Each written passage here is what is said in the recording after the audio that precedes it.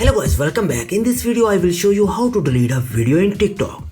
If you ever need to delete a video in TikTok, that's very straightforward too. First step is open TikTok app on your mobile device.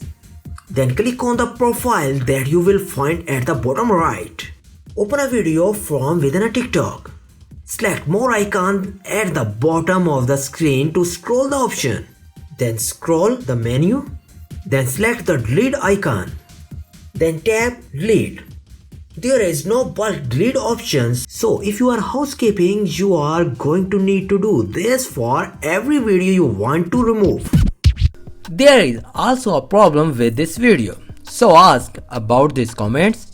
Any problem related to social media and internet, let them know in the comments bar so that a video can be made on it. Please like this video and subscribe our channel and press icon for any updates and notifications. Thanks for watching.